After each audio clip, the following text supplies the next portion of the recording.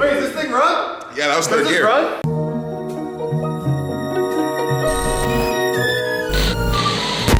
That's the one.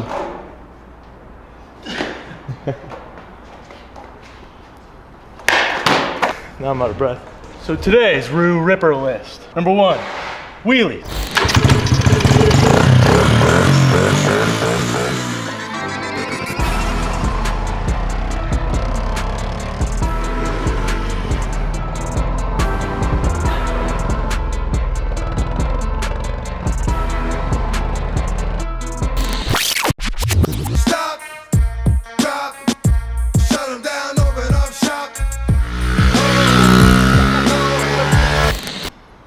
Check.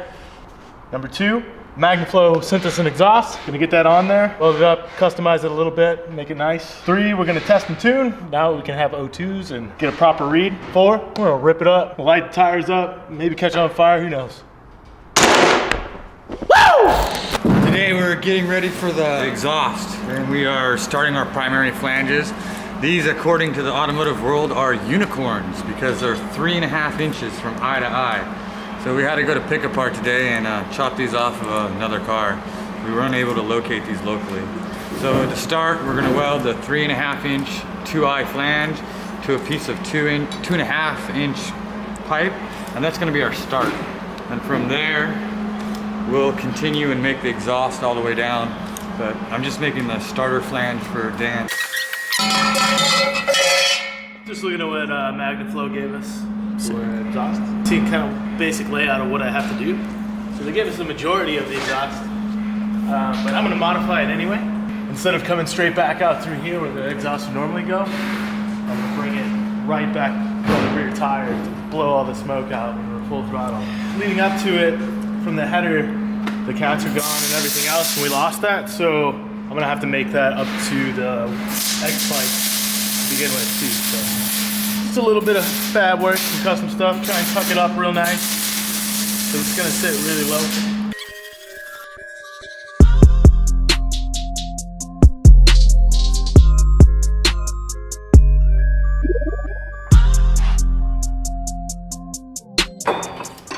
So mocking these bad boys up. Brad welded it. As he said, it's not for show, it's for go. So why don't you go ahead and weld that, or grind that little booger off so it'll sit flush. But this one's good enough to get started, so I'm gonna get started.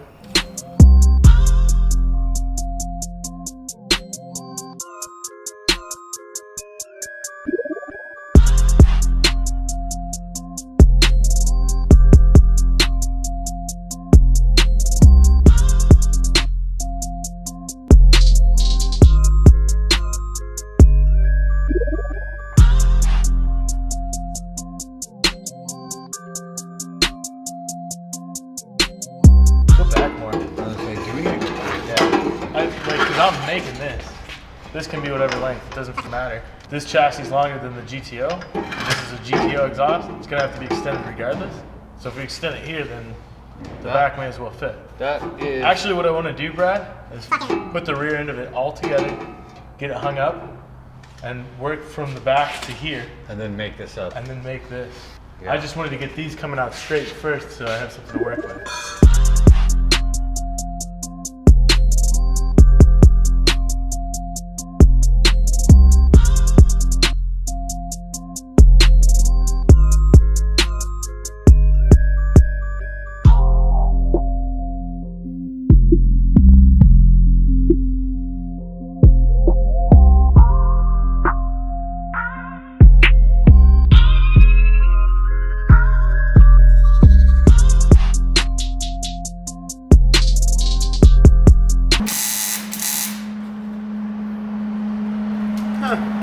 No. No.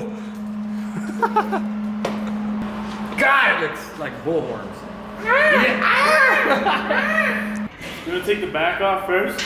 Because probably easier.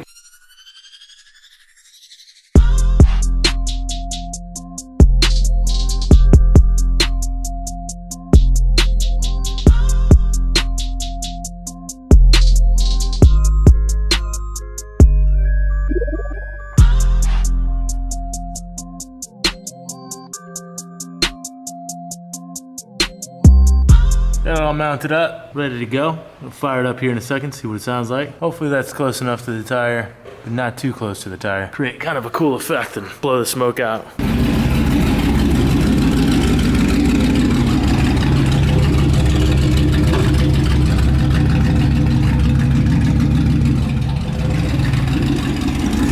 Got it fired up. Sounds pretty good. Trying to get a base tune on it so we can get it to the dyno, see what we can do with it. Brad's letting it learn right now.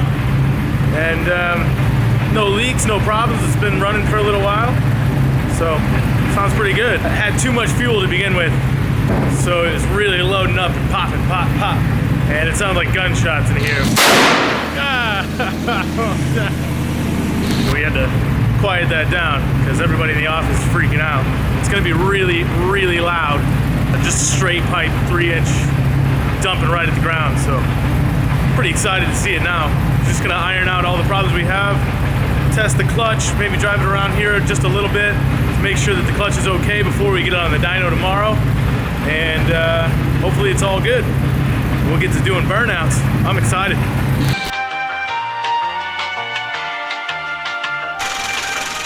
So Brad and I went to the dyno yesterday and we had so many problems. A lot of issues. Well, we had map sensor was bad. That was a brand new map sensor, which was bad. The coil wires, when they were put on the motor from the SEMA show, they were put backwards. Were backwards. So that's why it's popping like crazy. Let's see, there's a stuck injector. We had to Injector. force that open. And we have one hole that bangs out at about 120 PSI while the rest of the holes bang out about cylinder 3 was down on PSI. But it's back to running normal again. And then when I tried to pull in yesterday, found out we had one tire fire. So we took the GTO diff and put it back in. I just changed the fluid to make sure it's fine. And we're putting that back in, sealing up the exhaust. We got some fuel gaskets to make sure that that's fine. We have a new fuel cap. So when we chuck it around, it's not gonna be sloshing back and forth. I'm gonna shred it. I'm ready to rip it. It sounds freaking great. I love it. Can't wait to make some noise. It's gonna be awesome. Back to the time lapse of us putting this diff in.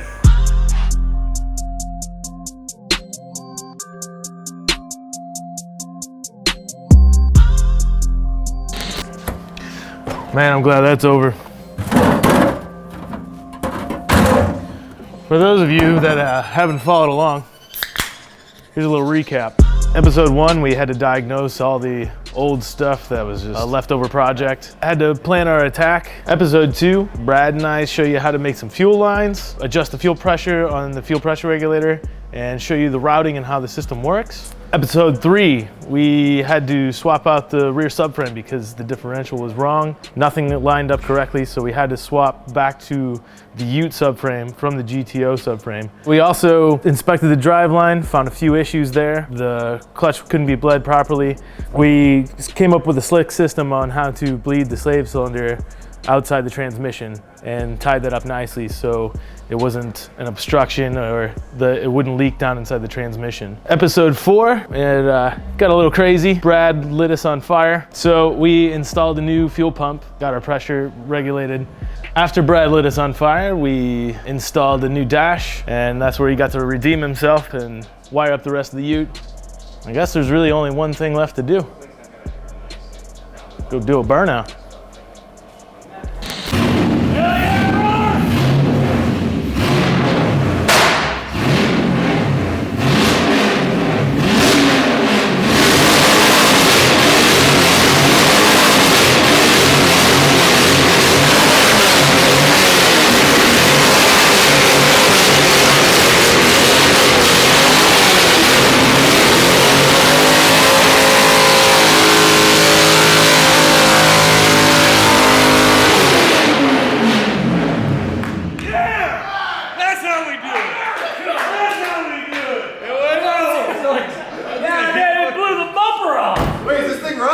Yeah, that was third gear. That was third gear? Yeah! How did you manage to do this? How did you crash? How did you crash on a burnout? Gotta go.